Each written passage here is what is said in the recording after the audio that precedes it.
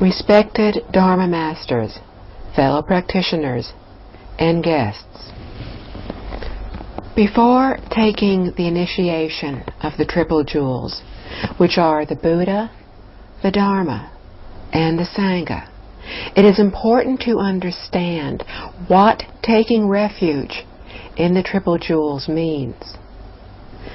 Misconceptions have been increasing over the past several decades, and these need to be cleared up to receive the true benefits. What exactly is Buddhism? Is it a religion? Buddhism is not a religion, but rather the most profound and beneficial education based on Buddha Shakyamuni's 49 years of teaching.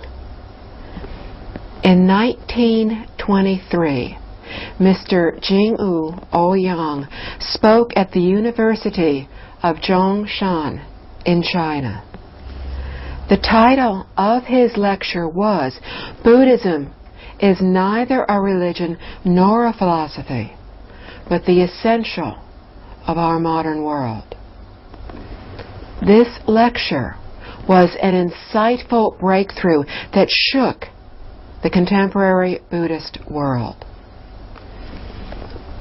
Since Buddhism is an education, we need to understand exactly what are its objectives, methods, and principles.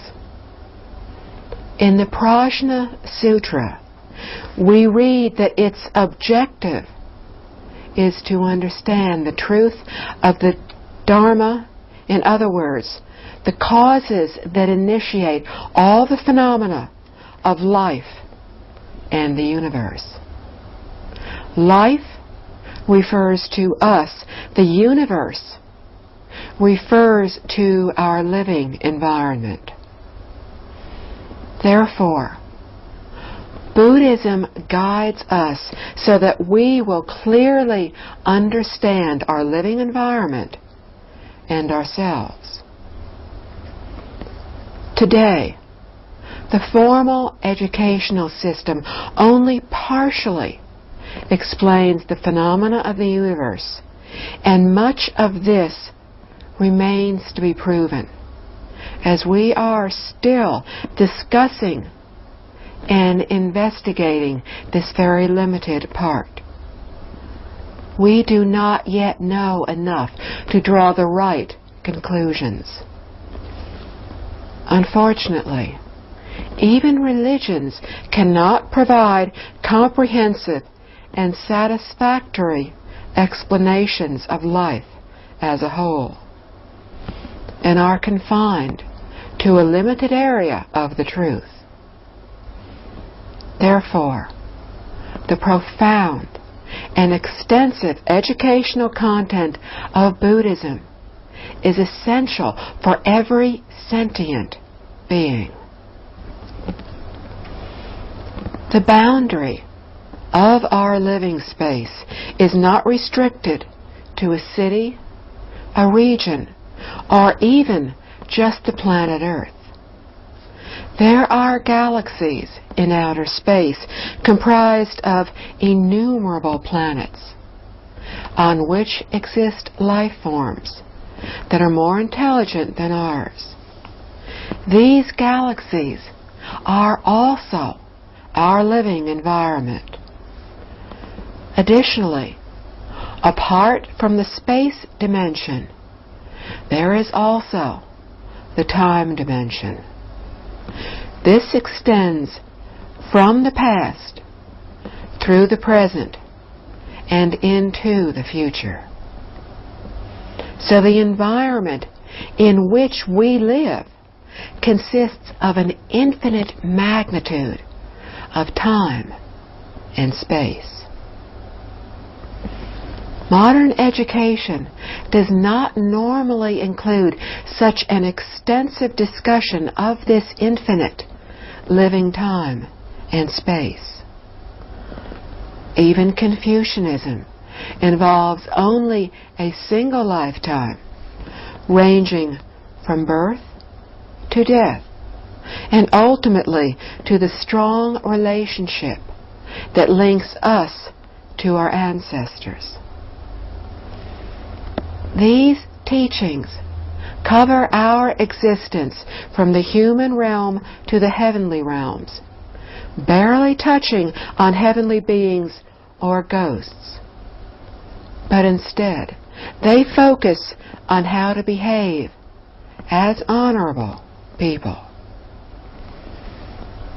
In contrast, Buddha Shakyamuni clearly described the 4 sage realms of Buddhas, Bodhisattvas, Pratyeka Buddhas, and Arhats, and the 6 realms of reincarnation of heavenly beings, Asuras, human beings, the realms of hungry ghosts, animals, and the hell realms. The beings in all of these 10 realms have different degrees of awakening. For example, Buddhas have the most awakened minds, while beings in the hell realms have the most deluded minds. Our existence lies within all 10 of these realms. After we understand the truth of life and the universe, our thoughts, speech, and behavior will naturally change. In the past, our lack of understanding and our delusion led to erroneous viewpoints, speech, and deeds. These created negative karma, our future retribution, resulting from these causes. We learn from the law of cause and effect that unavoidable consequences are created from karma, as good results come from good causes. Bad results come from bad causes. We create our own destinies. No one can step in to bear the consequences of our action on our behalf. As we can see, thoroughly understanding the truth of life and the universe will bring us infinite benefits. Once we understand and deeply believe in the law of cause and effect, we will no longer create any more karma, or at least no more negative karma. Thus, we will not have to bear the consequences or fruits, and we will have transcended the 10 Dharma realms.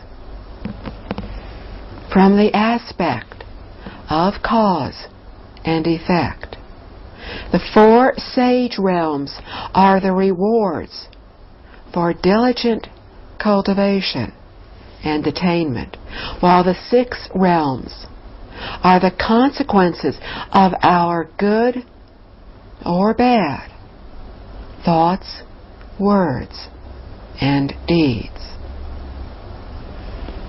The 6 realms can be further categorized into the 3 good realms of heavens, Asuras, and humans, and the 3 bad realms of animals, hungry ghosts, and hells.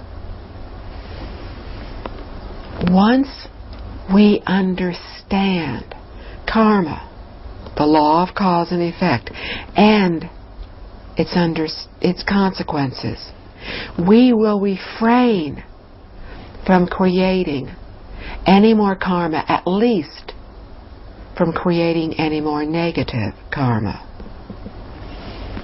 By applying these concepts in everything we do in our daily lives, we will attain what everyone wishes for: happy lives and families, successful careers, harmonious societies, prosperous nations, and a peaceful world. Can we attain achievement? Yes. However, only the Buddha's education completely provides the solution for humanity's search for true happiness. Clearly understanding this, we realize that this education is essential for everyone. Since this education encompasses infinite space and time, it surpasses differences in nationalities, ethnicity, and religions. It is for all the sentient beings in the 9 realms below the realm of the Buddhas. In the sutras, for example, in the Flower Adornment Sutra and in the Earth Treasure Sutra, we read of different religious leaders who had learned the teachings during Buddha Shakyamuni's time. The Flower Adornment Sutra, the first sutra given by Buddha Shakyamuni in the state of Samadhi, tells of many religious leaders who came to learn from him. These 2 sutras tell respectively of a Hindu priest and a daughter of a Hindu priest who, by adhering to the teachings in these sutras, attain the levels of Arhat and of Bodhisattva. From these examples, we can see that the teachings transcend religious beliefs, and that any religious leaders can follow and benefit from them.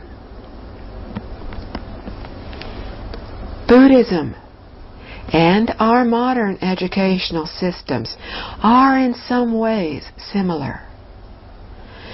Becoming an Arhat is equivalent to earning a bachelor's degree, and becoming a Bodhisattva is equivalent to earning a master's degree. Buddhahood, the highest degree, is equivalent to earning a doctorate. Followers of any religions can attain these levels of achievement, these stages of enlightenment. It is not necessary to abandon one's religion to study the Buddha's education. If we studied abroad, we would not need to change our religion, our nationality to do so, because the purpose of studying does not conflict with nationality, ethnicity, religion, or anything else.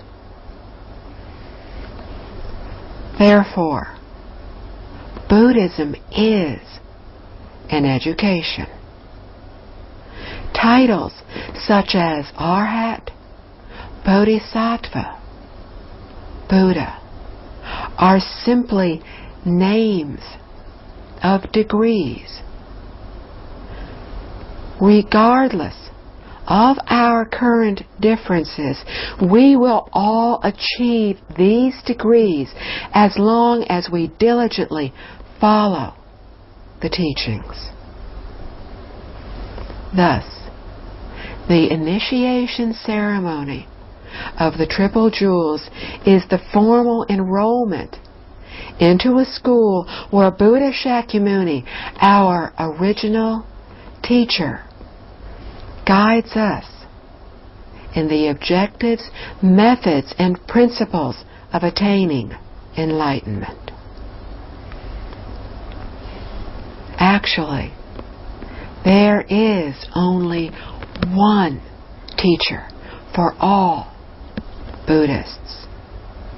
Great awakened beings such as Manjusri Bodhisattva, symbolizing wisdom, Universal Worthy Bodhisattva, symbolizing great vows, and Great Compassion Bodhisattva, symbolizing great compassion, were all the Buddha's earlier students.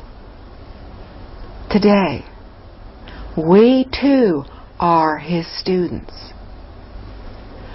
Bodhisattvas are our schoolmates, seniors who studied before us. We are still freshmen.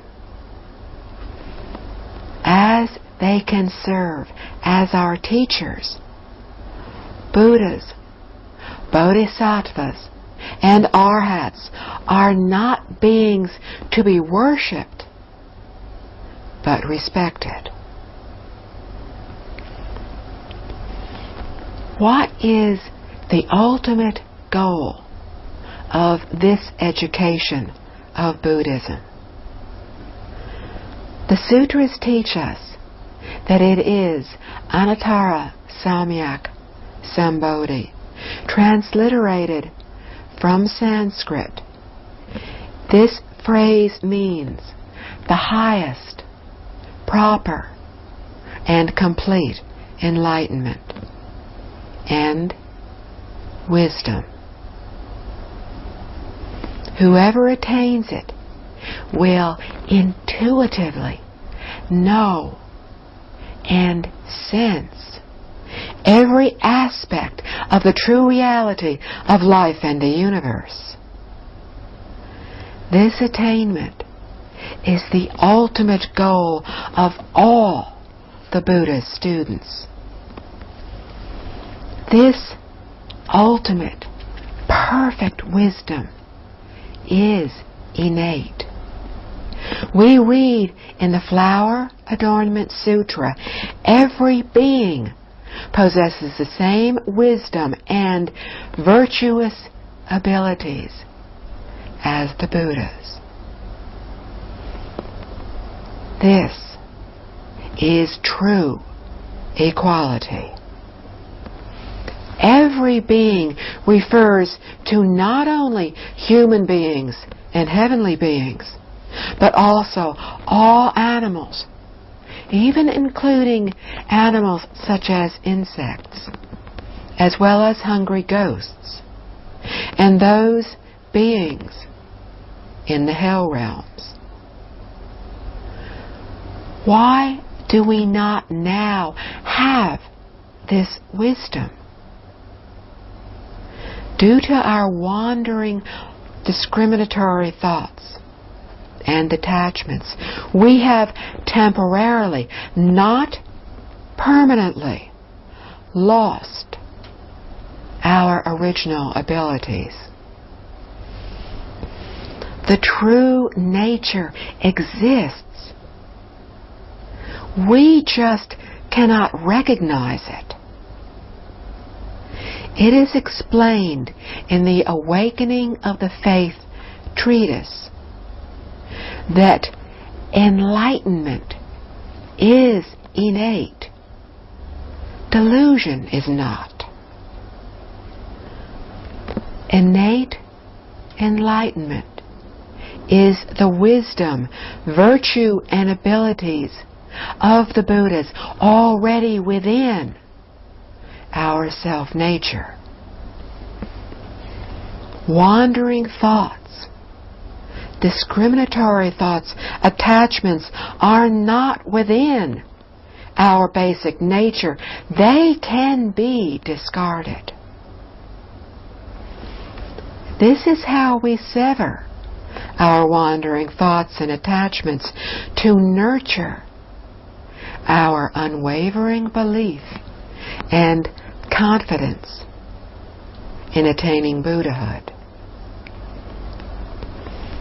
If we do not understand the true reality, we will always doubt how ordinary people with such heavy karmic obstacles can become Buddhas. Our afflictions, bad habits, ignorance are so severe. How could we sever them all? Buddhas and Bodhisattvas, who are enlightened beings, sincerely and compassionately explain and assure us that the principle is logical. Principle means the virtue of our Buddha nature. We have the innate wisdom, virtues, and abilities of the Buddhas, but just cannot see them. It is similar to clouds covering the sun. Although we cannot see the sun, it still is there. When we remove wandering thoughts and attachments from our minds and cultivate virtues, we will be able to restore our Buddha nature. This is just like dispersing those clouds to let the sun shine through. Achieving this is attained by cultivation of virtue, and only through cultivation can we uncover our innate abilities. Although we possess the Buddha nature, without cultivation, we are still ordinary people within the 6 realms of reincarnation. Thus, practice is vitally important. How do we cultivate? How do we practice? Formally taking refuge in the Triple Jewels is the initial step, as it symbolizes asking monks and nuns to pass on the ways of cultivation. Taking refuge means to find a shelter that we can return to and rely upon, and is often spoken of as to return to the other shore. In practice, from where do we return from? And what do we rely upon? The Triple Jewels of the Buddha, the Dharma, and the Sangha. In the first step, we return to and rely upon the Buddha. Buddha is a Sanskrit word meaning awareness and understanding. When we take refuge in the Buddha, we are returning from our deluded state of mind and relying upon an awakened understanding mind. Today, We are unwavering in our determination to understand the teachings and to undertake the initiation ceremony of the Triple Jewels. Have we awakened? If we have not, then we will not be able to turn back or to learn Buddhism. Outside this building, here in Singapore, there are many people walking around on the streets. Why can they not accept Buddhism and take the 3 refuges? They are not yet awakened. Participating in the initiation ceremony and accepting the teachings are the initial steps of awakening to the importance of this education. In the Platform Sutra, the 6th patriarch of Zen, Master Huineng, used a different approach in explaining the Triple Jewels. He was afraid that if he used the words awakening, Dharma, Buddha, and Sangha, people would misunderstand. So instead, Master Huineng used the words awakening, proper understanding, and purity. This way, people will not misunderstand and think of a Buddha statue for the Buddha jewel, a sutra for the Dharma jewel, or a Buddhist monk or nun for the Sangha jewel, because these are not what we return to. We need to take refuge in our self-nature, Buddha. We read in the Awakening of the Faith Sutra, the self-nature awareness is innate. We need to return and rely upon our innate awakening. To return from delusions to awakening is to rely on our innate enlightenment. This is to take refuge in the Buddha. We are not to take refuge by relying upon him. We are to return from our delusion and rely upon our innate self-nature, our Buddha nature. It is essential to understand the importance of returning to our self-nature enlightenment. But we must remember not to rely on images, for as is said, a clay statue crossing a river cannot even protect itself. How can it help us to cross safely? In the second step, we take refuge in the Dharma, returning from incorrect views by relying upon proper views and understanding. Dharma is the proper understanding and viewpoint of life and the universe. The Dharma jewel is the infinite, innate wisdom of our self-nature that is also called prajna wisdom.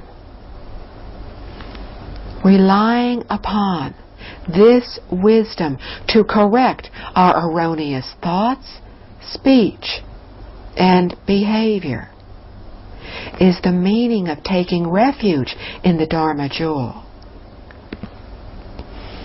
Among the three jewels, the Dharma is the primary one that we should return and rely upon in this day and age. In other words, prajna wisdom will be our primary concern. However, our innate wisdom cannot be quickly restored. Then what should we follow in the meantime? Before our prajna wisdom has been fully restored, we follow the sutras and use them as our guidelines. Sutras are recorded teachings of Buddha Shakyamuni that describe the true reality of life and the universe. If our thinking coincides with the sutras, then our understanding is correct, is in accordance with what the enlightened beings understand. For example, we should respect and care for our parents and teachers, be compassionate, and not kill any living beings, and practice the 10 virtuous conducts. If our perception is different from the Buddha's, we must have gone off track, because everything in the sutras is true. People may wonder, in this modern age, why we should be following what was taught 3,000 years ago. We may boast of our technological advancements, but we still need to use mechanical instruments to record sound and images. Enlightened beings do not need to use such instruments. They know everything in the past, present, and future throughout the entire universe. Without a video camera, they can manifest all of the Buddha lands for us. What ability enables them to do so without the aid of any machines? It is the ultimate, perfect understanding, the virtue of our self-nature, able to generate everything. It can make everything possible. All of our machines come from our wandering thoughts. When we compare our abilities to those of enlightened beings, ours are unbelievably far behind. Thus, we need to affirm and accept that the Buddha's teachings are correct, are true. We would do well to sever our discriminatory thoughts and cultivate by following what the Buddha taught. However, we must beware of fraudulent sutras. It is easy for us to encounter books that are reputed to be sutras, especially in a modern world that promotes freedom of speech and publication where essentially anyone can publish books. In ancient times, when the sutras were initially brought into China, each one had to undergo a strict examination by experts. This was followed by the emperor's seal of approval to prove its authenticity. Even the sutra commentaries of ancient patriarchs underwent the scrutiny of highly accomplished monks and scholars of the time before receiving the emperor's approval for distribution. Today, no one regulates or enforces this process.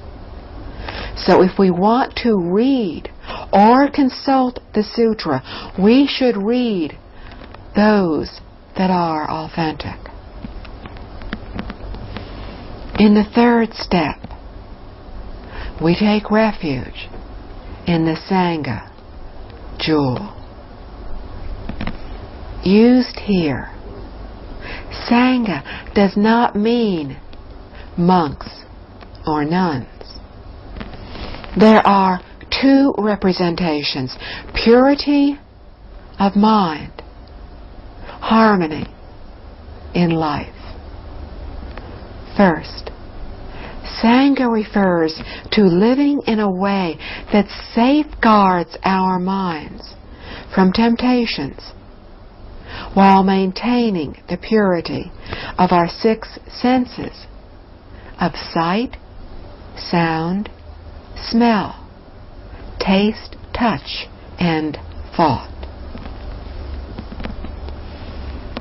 Today, people suffer much from pollution of the mind, spirit, and body, much more than people used to. Even the Earth's ecological system is off balance. There are holes in the ozone layer that are pollution of the skies. Almost everything from the sky to the earth and their inhabitants is contaminated. Most people today are aware of environmental pollution. Many governments are also promoting programs to help provide protection for the environment. However, the effectiveness of these programs is questionable.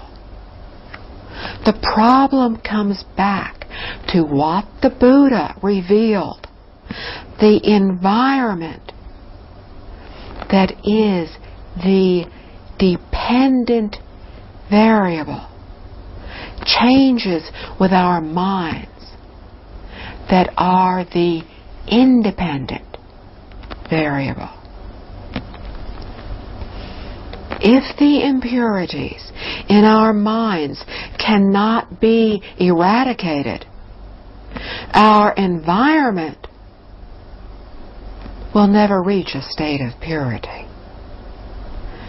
Therefore, if we want to improve the external environment, we first start internally by purifying our minds. So first, taking refuge in the Sangha means returning from pollution and relying upon purity of mind. Second, the Sangha represents harmony in living. Having observed the sufferings resulting from the disharmony between people, countries, and even religions, the Buddha taught us the 6 principles of harmony. Sangha means purity, harmony, and respect. When we take refuge in the Sangha, we are returning from pollution and disharmony and relying upon purity of mind and the 6 principles of harmony. Thus, the guidelines for our cultivation are taking refuge in the Buddha, awakening without delusion, taking refuge in the Dharma, proper understanding without deviation, taking refuge in the Sangha, purity without pollution. These are the prime disciplines and unchangeable guidelines in our practice from the beginning of cultivation to the attainment of Buddhahood. From now on, if people ask us, what are we cultivating? We can explain that we are cultivating the 3 refuges of awakening, proper understanding, and purity. What are we learning? We are learning to achieve ultimate, perfect wisdom. When we have perfected our cultivation of the Triple Jewels, we will attain perfect, complete enlightenment and become Buddhas. How do we attain this perfect, ultimate wisdom? By practicing awakening, understanding, and purity. What are the methods we use for our cultivation? There are infinite methods to choose from depending on the abilities and condition of each practitioner. Methods are flexible, not fixed. However, we must remember that our learning objective always remains the same: awakening, proper understanding, and purity. As Pure Land practitioners, our main cultivation is to chant Amitabha, as was advocated by great strength Bodhisattva in the Surangama Sutra and by Universal Worthy Bodhisattva in the Flower Adornment Sutra. Also, there are many supporting methods. As Pure Land practitioners, we follow the 5 guidelines to help us in our daily cultivation. First, we use Confucius' 5 virtues of gentility, kindness, respectfulness, thriftiness, and humility as the foundation for our cultivation, and continue with the 3 conditions from the Visualization Sutra. The first condition is to be filial to parents, to respect teachers and elders, to be compassionate and not kill any living beings, and to practice the 10 virtuous conducts. The second condition is to take the 3 refuges, abide by the precepts, laws, and customs, and conduct oneself in a proper and dignified manner. The third condition is to generate the Bodhi mind of compassion and understanding to deeply believe in the law of cause and effect, to recite and uphold the Mahayana Sutras, and to encourage others on the path to enlightenment. The Buddha told us that these three conditions are the causes that brought all the Buddhas of the past, present, and future, and the 10 directions to enlightenment. Therefore, if we want to become Buddhas, we cannot neglect this important step in our practice. Progressing upward from the 3 conditions, we advance to the second level, that are the 6 principles of harmony that are based on the 3 conditions. If we cannot achieve in the 3 conditions, then we cannot successfully practice the 6 principles of harmony. The first principle is to share similar viewpoints and goals. There will be no conflicts in this world, and world peace will be attained if we all share similar thoughts. The education of the Buddha is based on this principle of creating common understanding for all sentient beings. This common understanding is so remarkable because it is based on our self-nature, not on Buddha Shakyamuni's opinion. He taught us how to cultivate and explore our own innate wisdom, virtues, and abilities. We are not imitating him. Rather, we are rediscovering our inborn natural potential. The second principle is to observe the same precepts. Practicing the precepts includes cultivating an attitude of abiding by rules, laws, and customs of wherever we are.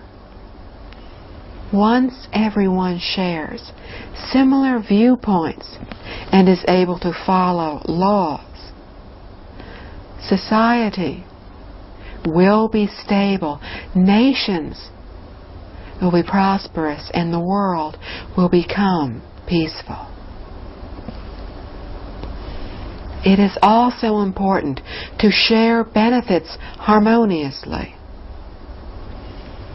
In our society, it is beneficial to not have a big difference between those who have and those who are have-nots. Harmoniously sharing wealth consequently settles all conflicts over wealth. Sharing benefits equally with others is an act of wisdom and a genuine cultivation of good fortune. The reason that people today do not have equal wealth comes from the different seeds that they have previously planted. If people did not plant the same seeds, how can they expect to harvest the same fruit? The Buddha perfectly understands the true reality and is able to thoroughly explain the law of cause and effect.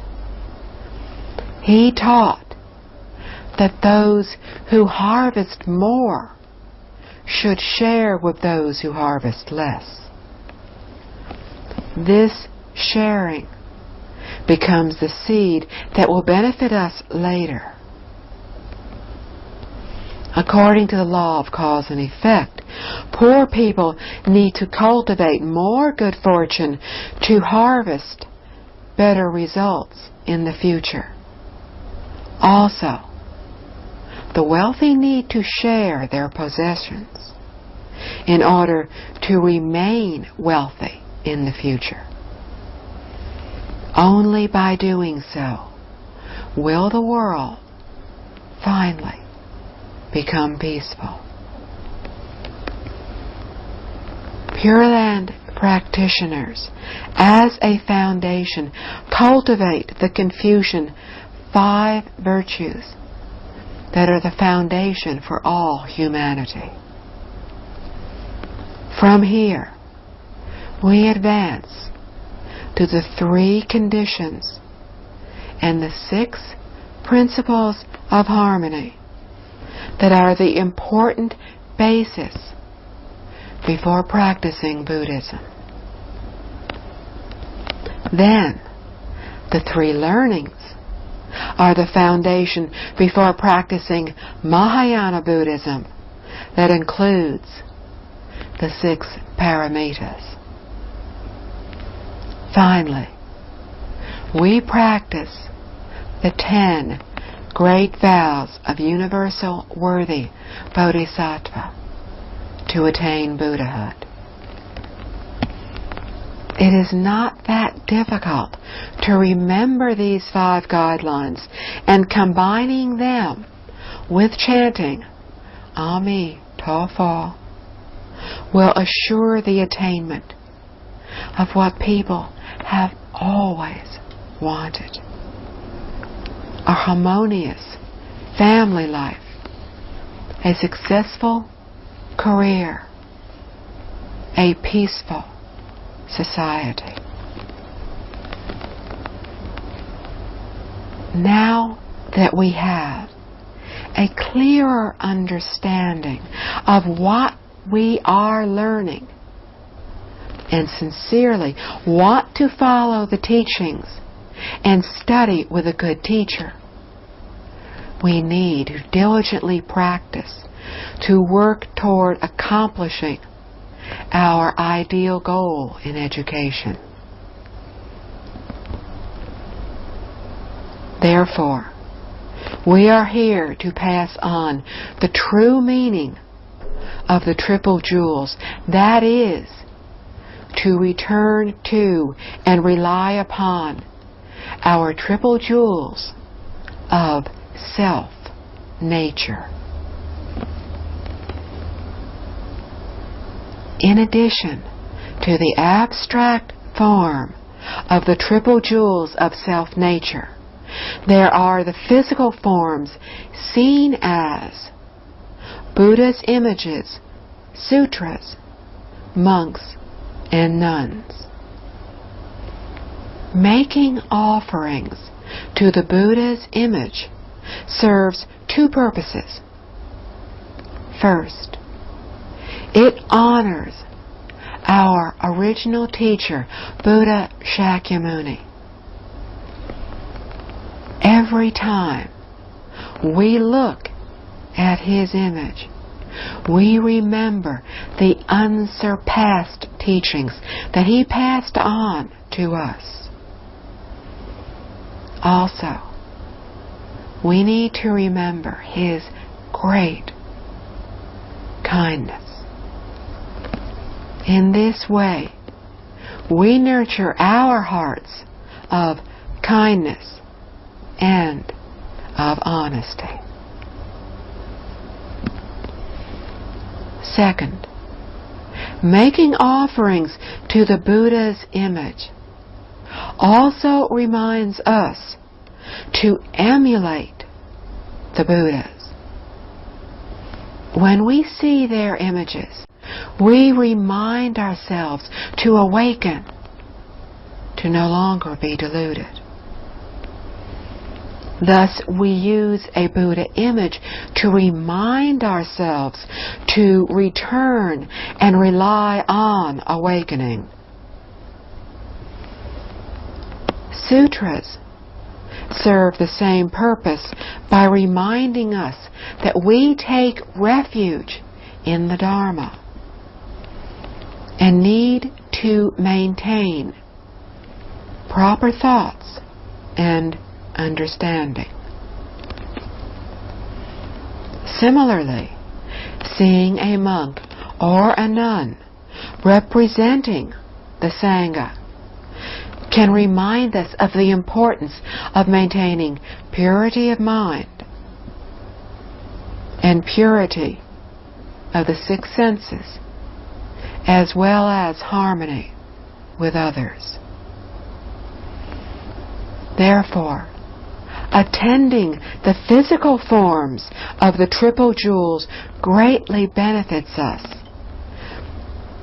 because they constantly remind us of the path to awakening. Some practitioners attend to the jewels, the Triple Jewels, in their homes. The Buddha's image symbolizes the Buddha jewel, while the Bodhisattva's image represents the Sangha jewel. When we honor the three sages of the Western Pure Land, Buddha Amitabha symbolizes the Buddha jewel, Great Compassion Bodhisattva and Great Strength Bodhisattva symbolize the Sangha jewel, and the sutras symbolize the Dharma jewel. These three remind us of the treasures within our self-nature. Of all the Buddhist sutras, the Infinite Life Sutra is our primary sutra. Although not too lengthy, the text completely encompasses all the Buddha's teachings and is thus well suited to modern practitioners. The full title of this sutra, The Buddha Speaks of the Infinite Life Sutra of Adornment, Purity, Equality, and Enlightenment of the Mahayana School, fully reveals the objectives, principles, and methods of cultivation in the Buddha's teachings. Infinite life, in the sutra's title, embodies the most important of all infinities. For without infinite life, we could not enjoy the other infinities of wisdom, wealth, virtues, abilities, etc. The infinite, the infinity of our natural potential is what Pure Land practitioners seek, and the virtue and abilities of our innate self-nature are infinite. After Master Huineng attained enlightenment, he said, "Who would have expected that our innate nature is originally complete in itself?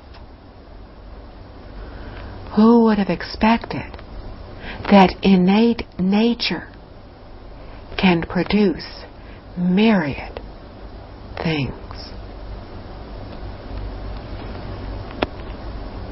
Infinite Dharma originates from self-nature Thus, the immeasurable, unbounded existences of the 10 Dharma realms are created by the self-nature.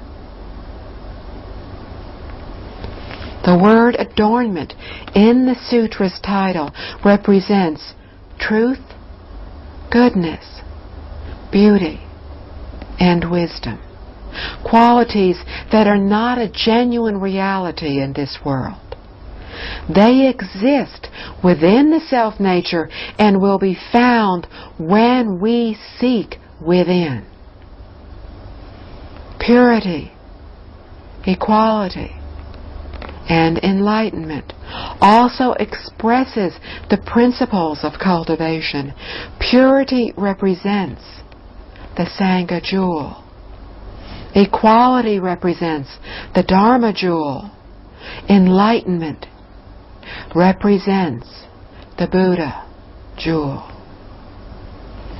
These three are also equivalent to the three learnings and encompass the Buddha's 49 years of teachings.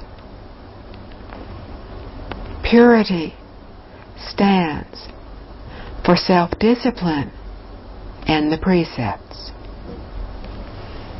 Equality stands for deep concentration and the sutras. Enlightenment stands for wisdom and the commentaries. Purity, equality, and enlightenment represent the great Buddhist canon, the three learnings, as well as the triple jewels.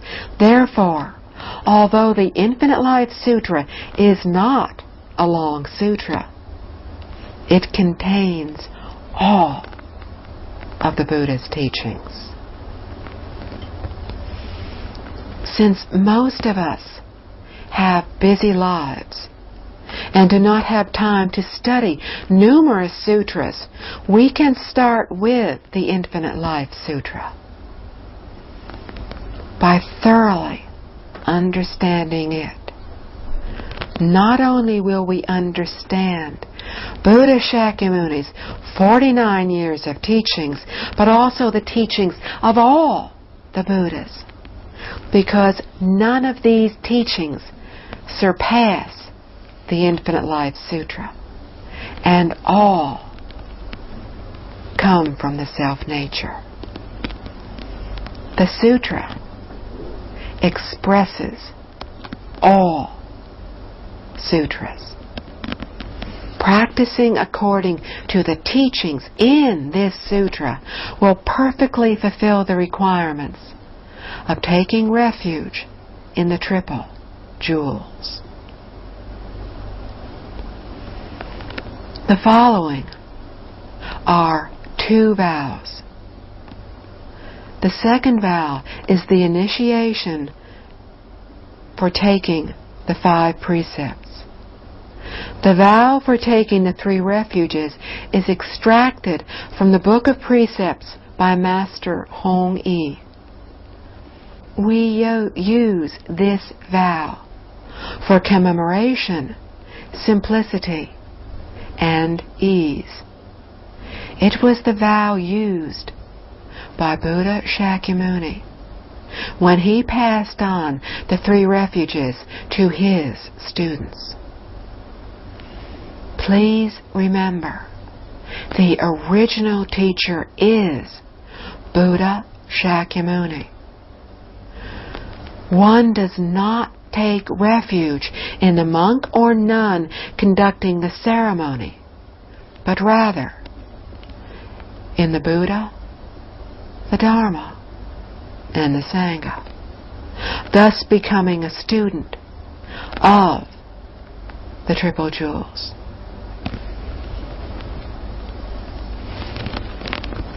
The vow for taking refuge in the Triple Jewels. Will the teacher be mindful of me and bear witness as I, the student, Miao Ing, beginning from today to the end of my life, return and rely upon the Buddha of supreme good fortune and wisdom. Return and rely upon the Dharma, for it is the unsurpassed teaching for being free from all desires and temptations. Return and rely upon the Sangha, for by its practice of the 6 principles of harmony, it is the most deserving of respect of all communities.